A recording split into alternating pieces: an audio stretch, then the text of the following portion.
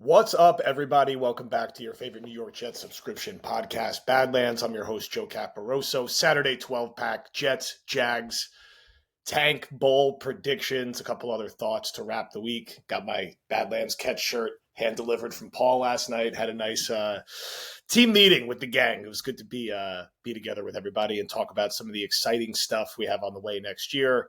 Docuseries, live show, some new merch, some new content series, a lot of stuff going on. Beers were had. It was good to be with the gang and get this gear, which is still for sale at badlandstoj.com.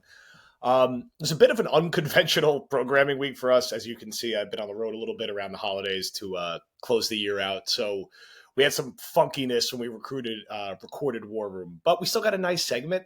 So I put the 6 minutes live. Obviously, as you guys know, if you're in War Room, our weekly episodes are like 30 minutes, and that will continue to be the case. We did have a bonus War Room this week for Watchables hosted by Will and Paul, which is worth checking out. It came together really good. So give that a watch. Also, draft season was back this week, hosted by Dalbin and Meegs. That will continue. Buck the Trend is live. TOJ Talks was live with a nice long episode from Will on Thursday. And Connor and myself will be on the feed after Jets Jags tomorrow with a full post-game reaction. So, no shortage of content. As it sits right now, Jets are 3-point favorites. Over-unders around 40 the last I saw. Jets have always had a hard time with Mac Jones, but the Jags are quite bad. I would say worse than the Jets from a talent perspective by a decent margin. Have a dead man walking in the coaching spot with Doug Peterson. They keep trotting him out there. It's kind of bizarre. They are coming off a win over the Titans.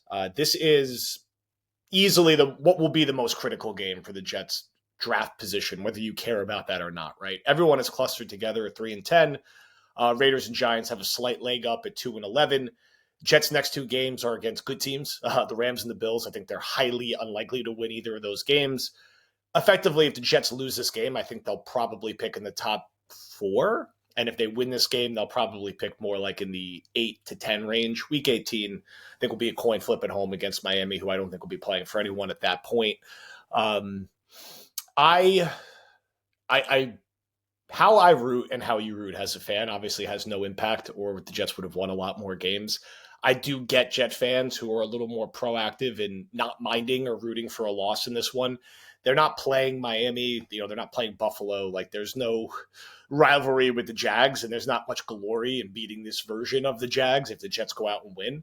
I am hesitant to pick them to win.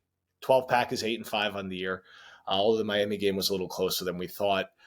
I'm going to go with Jacksonville winning this game. The Jets should win this game, and they should really probably win by like 10 points. But from this team this year, stringing together consistently good performances on the road seems unlikely. I think this is going to be a close game, and I don't think either team is running away with it. And the Jets have just lost every close game effectively this year.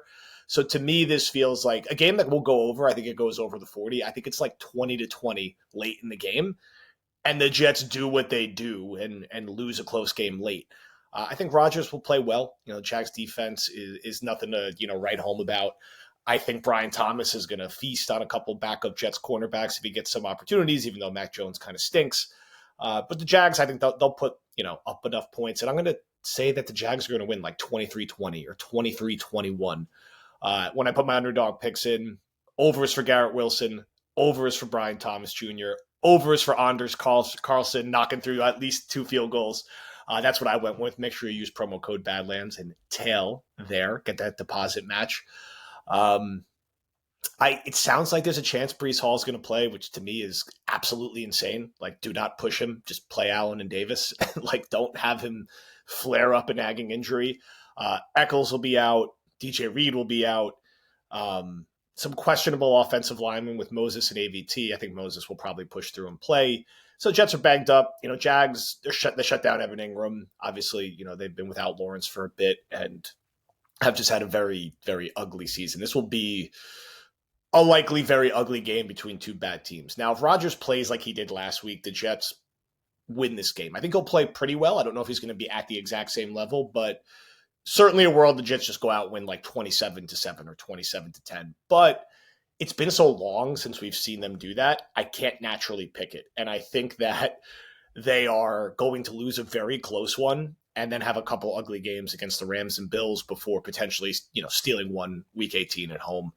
I'll be a bit ambivalent in how I'm rooting. Like, root for the win, don't mind the loss. This is a weird draft where I don't know if the Jets are going to get into the top two, and I feel like the Raiders and Giants are going to end up in the top two and go Sanders, Ward in some order. And then from there, it's, are you going defensive lineman? Are you going receiver? Are you going Travis Hunter, receiver corner? Are you going a different corner? Are you going a different quarterback? We were talking Drew Aller if he comes out a little this week. I don't know. It's very wide open. And it's I wouldn't say it's necessarily the best draft class we've seen in recent years from riffing last night with the guys. But we'll cover more of that in the draft guide, obviously. So I'm expecting an ugly one. I'm expecting an over. I think the Jags will cover the +3 and win in a game that the Jets will miss their corners. The Jags will get some plays down the field. They'll run the ball a little bit. The Jets will move the ball, but they'll end up settling for a few more field goals, and that probably ends up being the difference in like a 23-20 type loss for them to put them at 3-11. I've just been astounded at the range of ways that they've found to lose football games this year, I think, as we all have. And I just don't put it past them to lose to this Jags team. They lost, to the Patriots a few weeks back, how they lost to the Colts. Like, I could see it being that kind of game. Although I would say at this point, the Patriots and Colts are a bit better than this version of the Jags team, who are the worst team the Jets will play the rest of the way.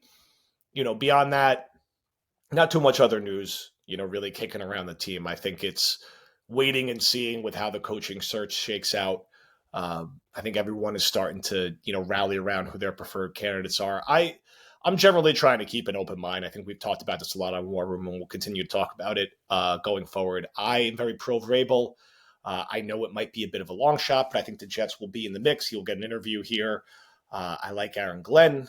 I like Cohn from Tampa, from GM candidates. I'm intrigued by what Schrager had to say about Greenberg from Tampa. Agnew, Dorsey, all credible adults that you could have in the room. No issues with any of them. Borgonzi probably feels like a long shot from the Chiefs. I could see the Jets interviewing Joe Brady. I think they'll give Rex a courtesy interview, even though I don't think it's going to really happen for him here.